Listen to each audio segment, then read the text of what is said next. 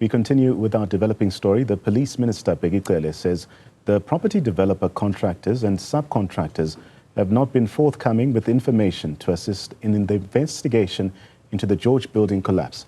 Now, the death toll currently stands at 19, while at least 33 people remain unaccounted for. My colleague Karinda Jagmohan joins us now for the latest. Karinda, we heard from teams that are working on site earlier, but the police minister also making an appearance. But what was said there?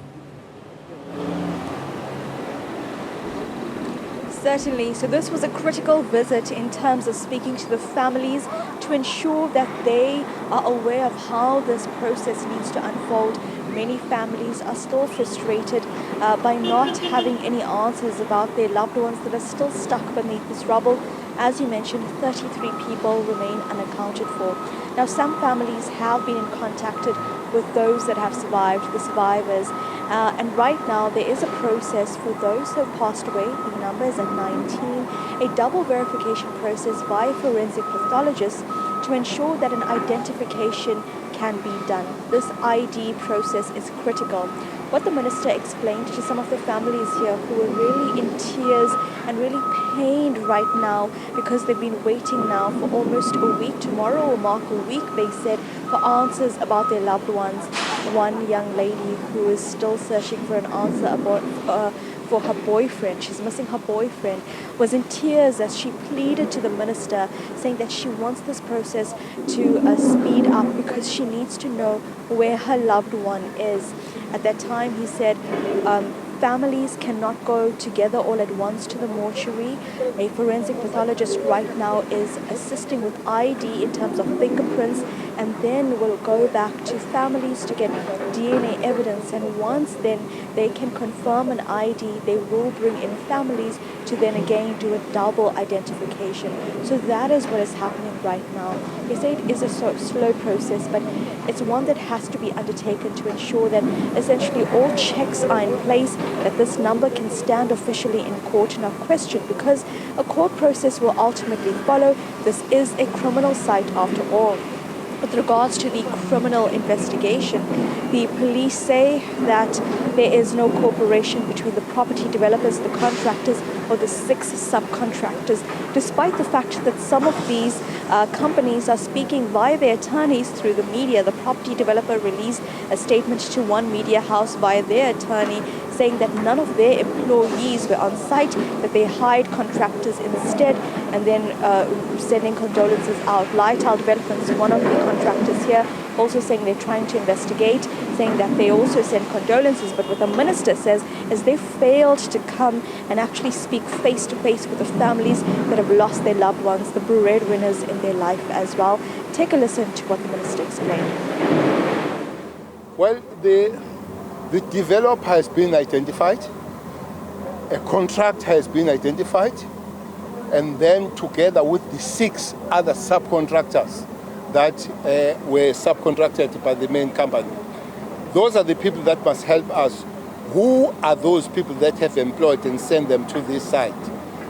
Indeed, they are working with them in terms of information, but if the information is not forthcoming, the police, they are instructed to uphold and enforce the law. Has there been a scenario where information hasn't been forthcoming? Up to this point, no information that has been forthcoming. In terms of that has been requested to say, give us the documents and all that. Not only that, I'm told that they have not shown their faces with the people that are there, which I find it very much inhuman for them not to go there and all. I'm not judging anybody, but it's nothing wrong to just go and say, look, we can't talk, we sympathize with you, we'll work with you. This thing of talking, the compensation and all, we haven't reached that level. We have really reached the level to say to you have lost the human being, you have lost your relatives here, we're doing all we can. There you go, a failure by those who were responsible for the safety of this building to come face to face and at least apologize to the families for the agony they've been experiencing for almost 1 week. Tomorrow marks 1 week, one young lady said, in tears, shaking, as she said to the minister, she's waiting to know where her boyfriend is, her loved one is, her partner is. So that is what the families are experiencing as the death toll has risen to 19. 33 people are still in this rubble behind me. So search and rescue teams are working tirelessly. They will be through the night. We've heard some of their messages as well. And for the better part of today, we've also seen some residents come with flowers too, singing just outside the building site, just trying to give some positive energy to what is happening right now. Because while yesterday we saw the miracle survivor, it gave us some energy.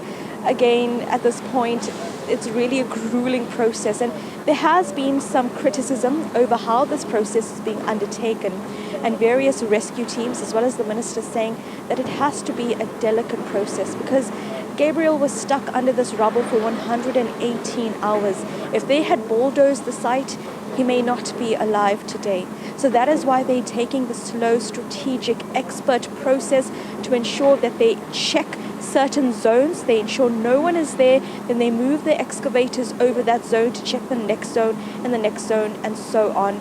Right now, there has been significant progress made, and what you see is that on Tuesday, when this rubble was quite high and the concrete slabs were still there, the slabs been broken down and excavators are actually more towards the basement level, very close to the foundation, which might mean more answers. Today we saw more bodies being recovered as well, meaning that they are making that headway, but it will take some time, it will take the effort, and the families that are in the community hall we're just giving them some privacy right now. They do want answers. So the forensic pathologists that are on scene, we've seen them around, they do need to work with speed essentially.